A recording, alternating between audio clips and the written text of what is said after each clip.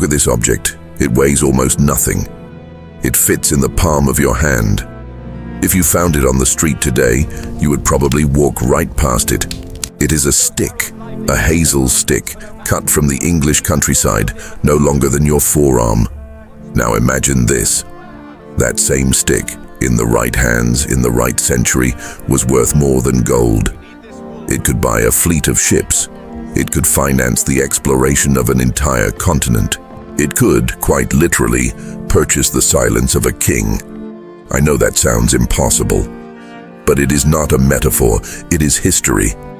For over 700 years, the British Crown ran the most powerful financial system in the Western world. It was not built on gold, it was not built on silver, it was built on wood. And the way it worked was so sophisticated, so mathematically precise, that it anticipated the logic behind blockchain technology by 9 centuries. This system was called the Tally Stick, and it was not a primitive curiosity. It was the backbone of an empire. In this episode of the Financial Archaeology, we are going to reconstruct exactly how this system worked, piece by piece, notch by notch. We are going to show you which families turned it into a private machine for accumulating wealth across generations. And we are going to follow the chain of events that ended on the night of October 16th, 1834, when the evidence of this entire system was reduced to ash in a fire that destroyed the Palace of Westminster. Was it an accident? You will decide. But by the end of this investigation, you will never look at the words monetary reform the same way again. To understand why the tally stick mattered so much, you first need to understand the problem it was built to solve. Because every monetary system in history, without exception, begins not with a grand vision, but with a very practical crisis. The crisis in this case belonged to King Henry I of England. It was the early 12th century. Henry had inherited a kingdom that was rich in land, but desperately short of cash. He owned vast stretches of English countryside. He collected rents from hundreds of estates. He commanded obligations from thousands of subjects. But the actual movement of money, silver coins mostly, of inconsistent weight and quality, was painfully slow and dangerously unreliable. Think about what it meant to pay soldiers stationed in Normandy across the English Channel in the year 1100. You either shipped chests of silver through pirate-infested waters, or you trusted a chain of middlemen. Every one of them a potential point of failure, a counterparty risk you could not control or verify. Henry solved this problem not by minting more coins, but by creating a new type of record. And the material he chose was the most abundant, structurally reliable and biologically unique available to a 12th century English monarch: hazel wood. Here is how the system worked. Pay close attention, because this mechanism is the heart of everything that follows. A hazel rod was cut to a specific length and shaped square on 4 sides. Then notches were carved into it, each notch representing a precise monetary value. The width of a man's palm, 1,000 pounds. The width of a thumb, 100 pounds. The width of a little finger, 20 pounds. A single barley corn's width, 1 pound. Smaller cuts below that represented shillings and pennies. This was not decoration. This was a strict mathematical protocol. The encoding was so precise that a trained exchequer clerk, the exchequer was the royal treasury, could read the value of a stick in complete darkness just by running a finger across the notches. These records are documented in the Treasury's pipe rolls, the oldest continuous financial records in English history, spanning from 1130 to the 19th century. Those rolls are held today in the National Archives in Kew, London, and they are exactly what they sound like, a paper trail 700 years long.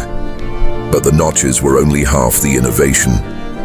The real breakthrough was what happened next, and it is the reason the tally stick was essentially impossible to forge.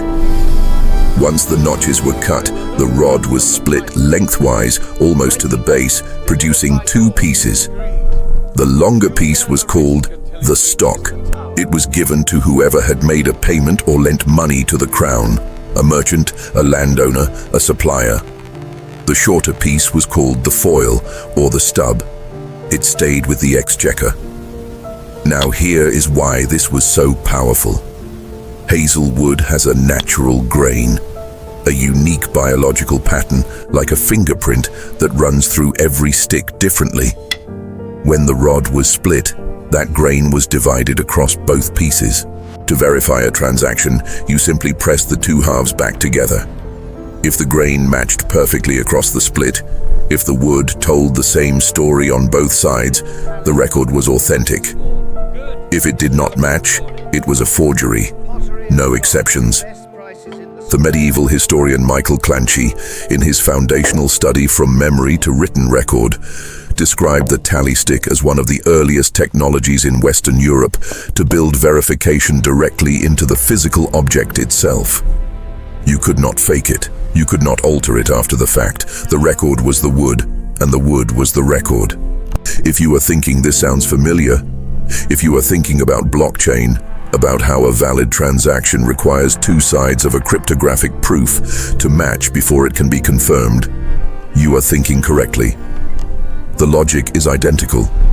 The tally stick was a physically immutable ledger with built-in counterparty verification operating 9 centuries before anyone wrote a line of code. Henry then made a move that transformed this clever accounting tool into a full monetary system. He declared by royal decree that taxes owed to the crown could only be settled using tally sticks. Not gold, not silver, not foreign coin. Wood, notched and split by the Exchequer. Think about what that meant. Overnight, every merchant, every landowner, every subject in England needed these sticks. Henry had not just created a receipt. He had created demand, mandatory, legally enforced demand, for a new form of money. That is the 0 point of value for any monetary system, not the material the money is made of, but the obligation that makes everyone need it. The hazel stick had no intrinsic worth. What it had was the full force of the crown behind it. This is what the psychology of value teaches us when you study monetary systems forensically.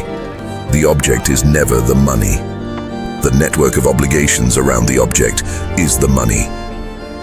Henry understood this in 1100. The architects of the Federal Reserve understood it in 1913.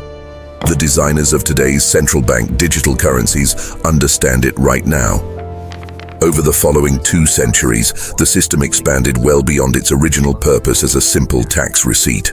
The Exchequer began issuing tallies in advance, essentially promising future tax revenues as collateral for goods and services delivered to the crown today. A grain merchant who supplied the royal army might receive a tally worth £100, redeemable when the next tax season came around. But that merchant did not have to wait.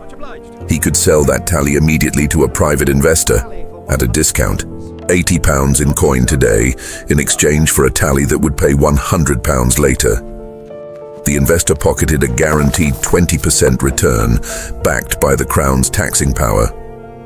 As the economic historian Nicholas Mayhew documented in his work on medieval English monetary systems, this practice created something entirely new: a secondary market for sovereign debt. Merchants were buying and selling the crown's financial obligations the way investors today buy and sell government bonds. The liquidity cycles this generated were real and documented. The Exchequer had, without quite intending to, invented the bond market, denominated in wood, in 12th century England. The standard story tells us that modern finance, bonds, deficits, fiat money, was invented in the 17th and 18th centuries. The pipe rolls of the Exchequer, spanning 7 centuries, tell a very different story. The architecture was already there, running smoothly, 800 years earlier. A financial system is never just a tool. The moment a ledger exists, the moment there is an official record of who owes what to whom, someone will find a way to turn it into a private advantage. The history of the tally stick, in its 3rd chapter, is the history of exactly that. By the 13th century, a specialized class of traders had emerged in London. These were not ordinary merchants dealing in wool or spice. They dealt exclusively in one commodity: the Crown's debt. They bought tally stocks at a discount from smaller suppliers who needed cash quickly, held portfolios of these sovereign obligations, and timed their redemptions carefully to maximize their returns. This was, in the precise language of financial archaeology, ancient arbitrage, profiting from the gap between what the Crown owed and what the market was willing to pay for that obligation today. Among the most powerful players in this game were the Bardi and Peruzzi banking families of Florence. Their English operations in the late 13th and early 14th centuries were built significantly on tally stick trading. The historian Richard Cooper, in his study of medieval banking, documented how the Bardi family advanced enormous sums to King Edward I and King Edward II, receiving in return packages of tally stocks at discounts that delivered annualized returns of 12 to 15%, secured against England's wool export revenues. Let that sink in for a moment. A Florentine banking family in the year 1290 was earning guaranteed double-digit returns on English sovereign debt, using a wooden stick as the financial instrument. This was intergenerational wealth defense at its most elegant. Not hiding money under a mattress, but locking it into a structure that generated income for decades, backed by the coercive power of a sovereign state. The Bardi and Peruzzi were eventually destroyed, not by miscalculation, but by a sovereign default. When Edward III repudiated his war debts in the 1340s, he wiped out their English portfolios entirely. But notice what happened next. The families that moved into the space they left behind did not abandon the structure. They refined it. They demanded shorter maturities. They spread their exposure across multiple sovereign issuers. They got better at managing counterparty risk. The method survived. The names changed. This is the defining characteristic of what we might call the silent bloodlines, the networks of capital that do not appear in popular history books, but whose structures continue operating long after any individual family rises or falls. The bloodline, in the language of sovereign wealth history, is never the family name. The bloodline is the method. Through the 15th and 16th centuries, the tally system became an instrument of genuine state power. Henry VII, the first Tudor king, used tally-denominated advance payments to finance the construction of the naval fleet that his son, Henry VIII, would later use to project English power across the Atlantic. The records of the Navy Board, cross-referenced with the Exchequer rolls, show a direct line from wooden sticks to iron ships. The historian David Loades described this as the most consequential use of pre-modern state credit in English history. The empire, where the sun never set, was financed, in its earliest phase, on Hazelwood and royal obligation. But here is the structural tension that was building beneath the surface. The tally stick was, by design, transparent. The creditor held the stock. The exchequer held the foil. Neither party could unilaterally alter the record. The monetary sovereignty of the crown was real and visible. It did not depend on any private institution's cooperation. And that transparency, that independence, was about to become a problem for a new class of financial operators who were growing very powerful very quickly. In 1694, the Bank of England was founded. The official story frames this as progress, a rational, modern replacement for a clumsy wooden system. But look more carefully at who was in the room. The bank's founding shareholders included many of the same families and networks that had spent generations accumulating tally stocks as legacy assets. They had profited from the old system. Now they were designing the new one. And the new one had a crucial difference. It was private. Credit would no longer be created by the crown using instruments the crown controlled. Credit would be created by a private institution, the bank, which the crown would now depend on as a lender. The economic historian John Clapham, in his authoritative 2-volume history of the Bank of England, documented how the transition from tally-based sovereign finance to bank-based sovereign finance was actively contested inside the Treasury for over a century. There were senior figures in the British government who understood exactly what was being surrendered: the ability of the state to create its own money without asking permission from private creditors. That ability, monetary sovereignty, was the thing the Tally Stick had guaranteed for 700 years, and it was being traded away. What followed was a slow, deliberate suppression. New government spending was increasingly routed through Bank of England instruments. The Exchequer kept issuing tallies for existing obligations, but no new architecture was built on the old foundation. By the early 19th century, the system had been reduced to a bureaucratic relic. Clerks processing legacy claims, barely understanding what they were handling. In 1826, Parliament passed legislation formally declaring the tally system obsolete. The accumulated sticks, centuries of sovereign financial records encoding the precise debt relationships between the Crown and thousands of creditors, were ordered destroyed. But those records were not just old paperwork. In aggregate, they were a map. They showed exactly which families had lent to which monarchs, on what terms, over how many generations. They showed which obligations had been honored and which had been quietly allowed to expire.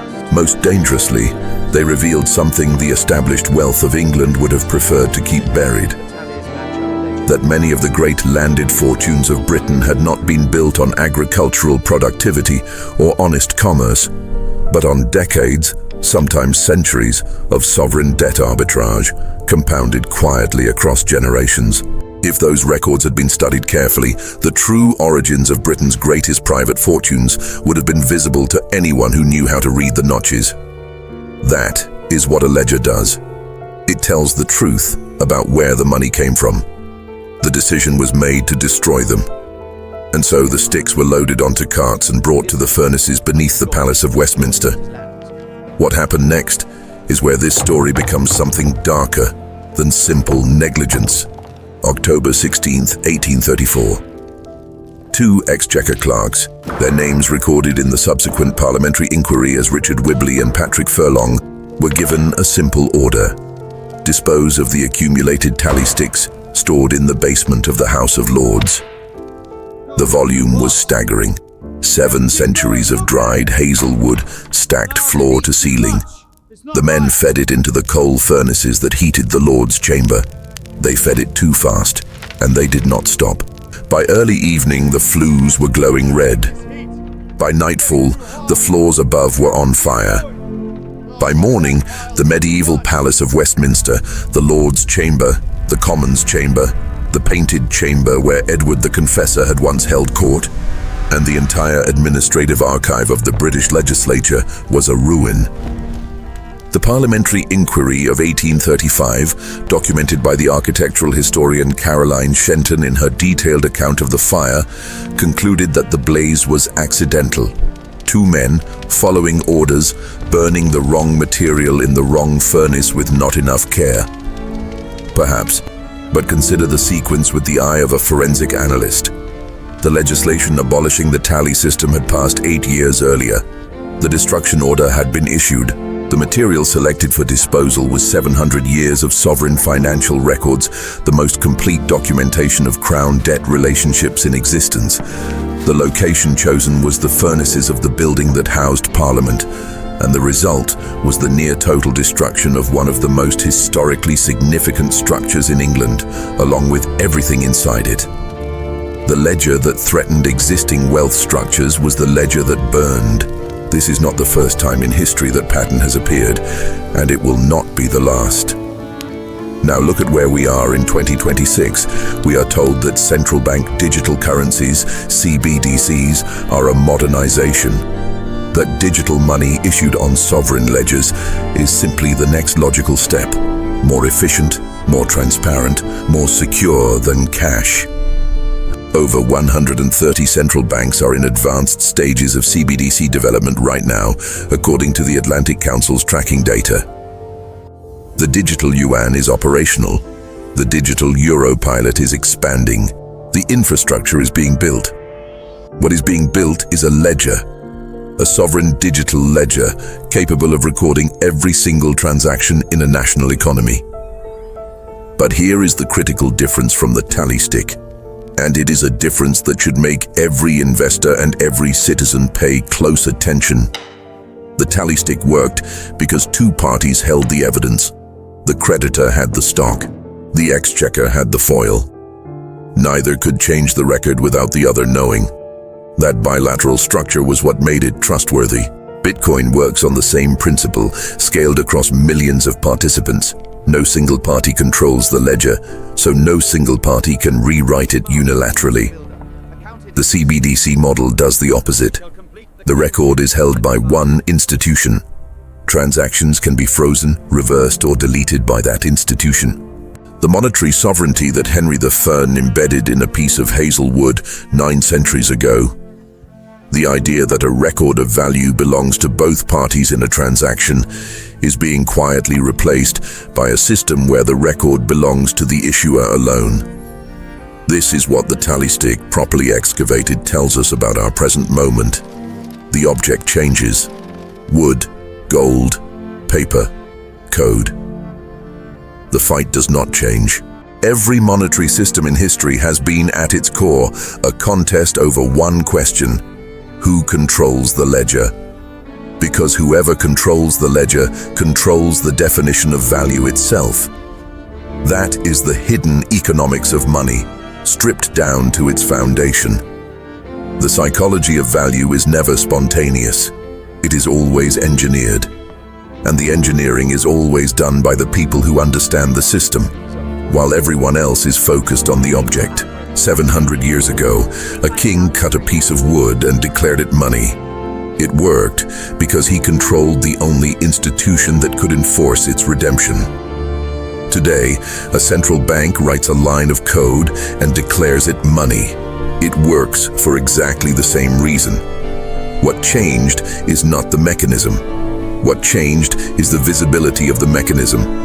The hazel stick could be held in your hand, examined, matched against its counterpart.